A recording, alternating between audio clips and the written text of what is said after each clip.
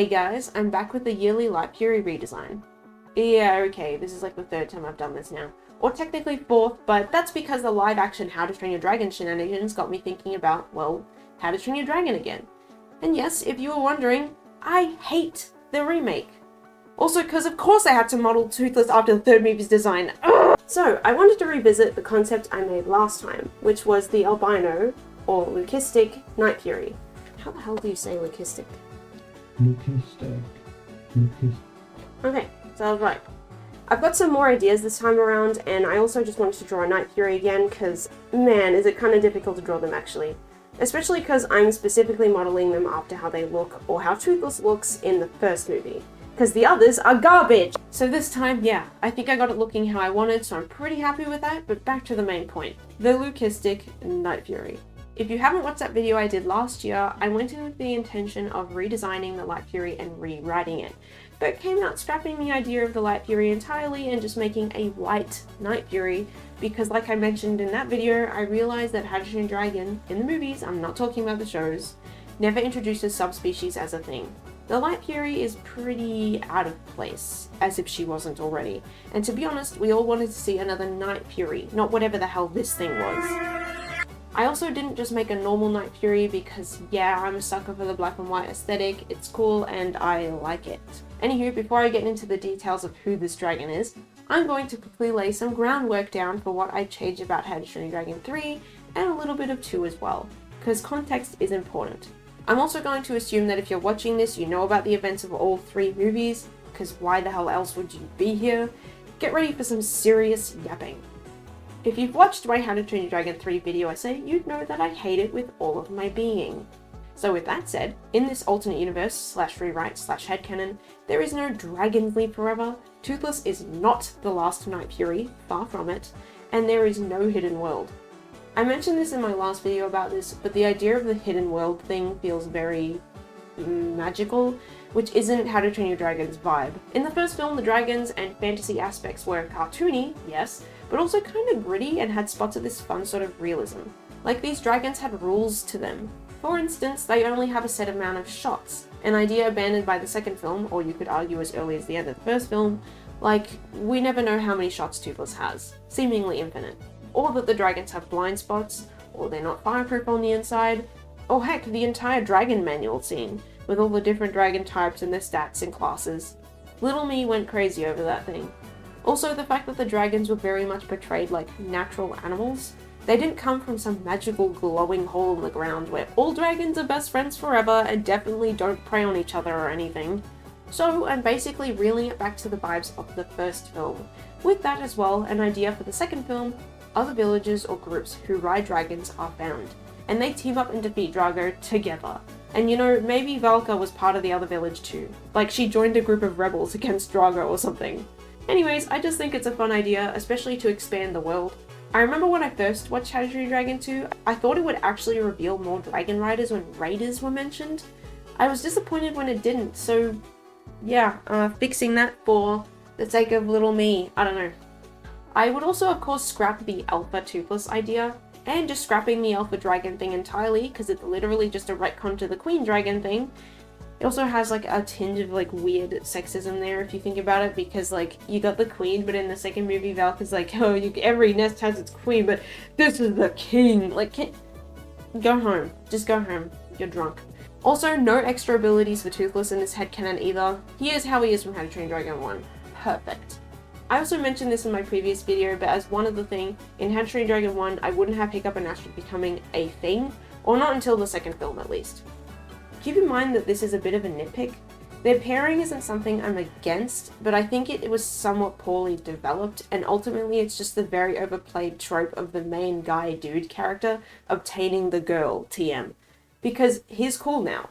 It is a misogynistic trope, and while it's nothing super bad in How to Train Your Dragon 1, it is still, you know, present. So either build it up better and give Astrid more development or hints that she actually might like Hiccup, or have them be friends by the end of the first film and then develop it to lovers in the second. And yes, I know the creators of this film wouldn't have known there was going to be a sequel or a threequel, so they wouldn't have known to stretch the romance out, but you know, even so, it could have done with some more time in the oven. So, with the basics out of the way, back to this Night Fury, what you all came here for. As you can probably tell already, she is not friendly. I'm expanding on the loose idea I had in the last redesign video I did, where I actually get the idea the third film only loosely hinted at, which was that the Light Fury was abused by trackers.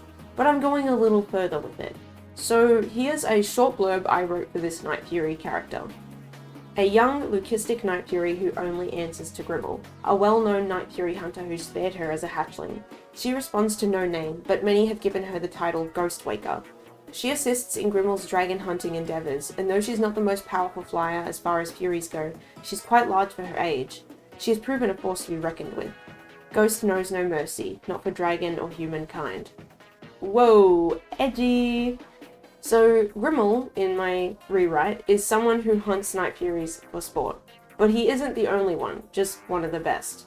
Night Furies aren't extinct, especially not because of him, but their numbers aren't doing so hot. Night Furies are elusive and very dangerous creatures, so naturally taking one down would be like a trophy. So some people dedicate their lives to doing so. They probably weren't super common dragons to begin with, and I like to imagine that they just don't like being found either, but this hunting has hurt their numbers further. So they're rare to come across. So basically, my idea is that our little gross twink here, Grimmel, killed both of Ghost's parents while protecting their nest, which Ghost would not be aware of. Grimmel then would have gone to probably kill the hatchlings as well, but stopped upon seeing Ghost. Because he's an evil bastard, he probably killed the rest, but Ghost, a white Night Fury, he decides to spare her and take her in, raising her to obey him. This was actually an idea from a comment Viking Astronaut made on my previous Light Fury redesign video. I suggested already what if this Night Fury belonged to Grimmel, but this person gave a backstory to it which I thought was really neat, so credit to them for that idea. Anywho, so Ghost, being leucistic, has learned to be resourceful and hunt differently to normal Night Furies, using the cover of clouds during the day to hide rather than night. Like I mentioned in this character's little introduction I wrote, I imagine she's just kind of big for a Night Fury as well, so her fighting style is more head-on than Toothless's is. So all this Night Fury hunting stuff also then bleeds into the reason for Toothless being the only one in both movies. My idea is that he's kind of lost from his territory. I imagine that Night Furies normally have small family units, like, I don't know, packs, pods, whatever you want to call it. So perhaps Toothless was separated from his family at a young age due to hunters and forced to travel far from his natural habitat, leading him to Burke. Which is something I'd want How to Train Your Dragon 3 to maybe reveal somehow too. Even just insinuating through dialogue or something that might have been what happened with Toothless.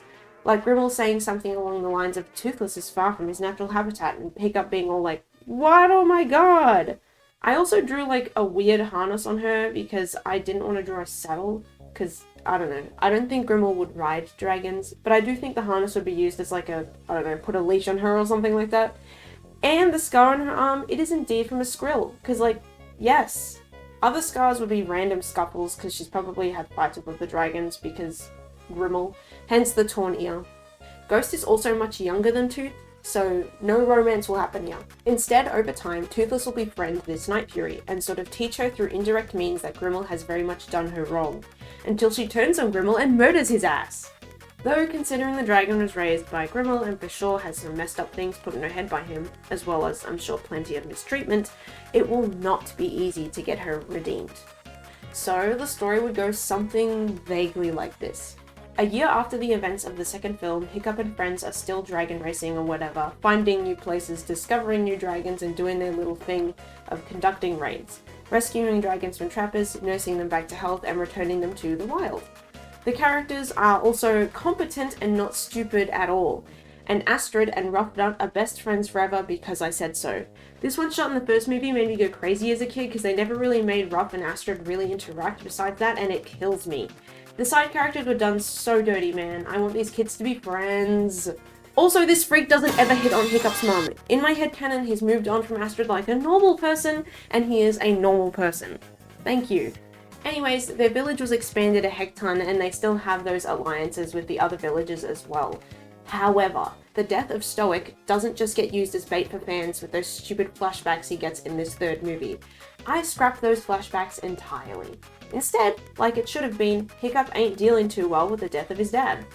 A twist on the overcrowding idea, the village is being expanded, so it has room, and they built it properly, but Hiccup is overworking himself and only focusing on the dragons.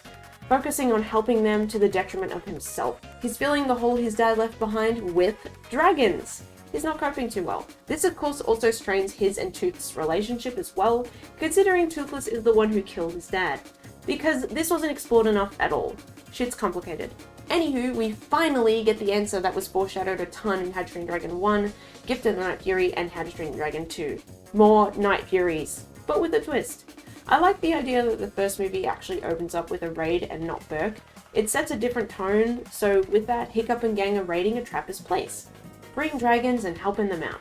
Here we get a little hint of Ghost. We don't see her, but similar to the third movie, Toothless is the one that senses something different. Maybe a sound, like a Night Fury sound, or just the sense that something is watching them, and maybe even letting them get away.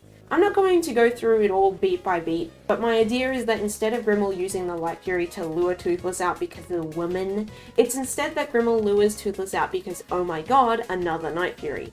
And Ghost is totally in on it because she's probably done it a dozen times now with other Furies. She knows what she's doing, but this time is different, because this Night Fury has a human friend. It's not wild. So Hiccup eventually makes Toothless an auto tail so he can go and find Ghost, because in this version, she pretends to be skittish of humans, but to be honest, she also probably is skittish of humans because of her treatment with Grimmel, but you know, it's complicated. But this time the auto tail isn't permanent either, it's like a switch from auto to manual. We are not ditching that whole thing, and he is not going to just leave with the auto tail and pretend he's not disabled anymore.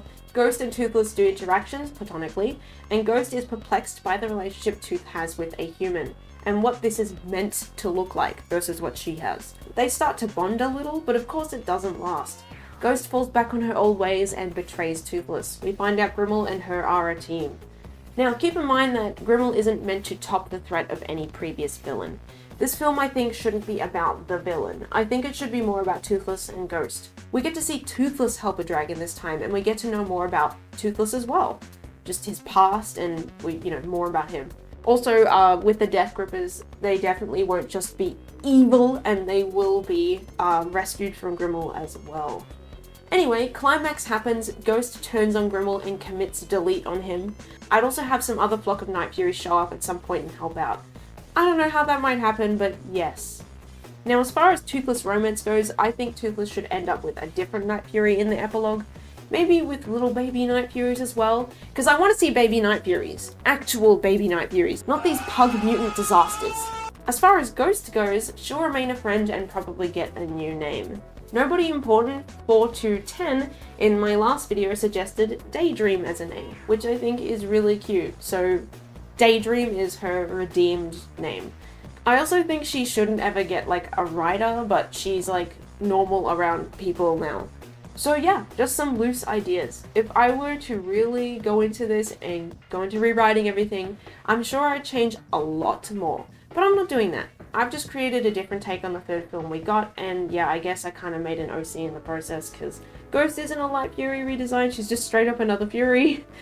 I just kind of enjoy the idea because it's like we finally get to see another Night Fury only for them to be aggressive and owned by a Night Fury killer.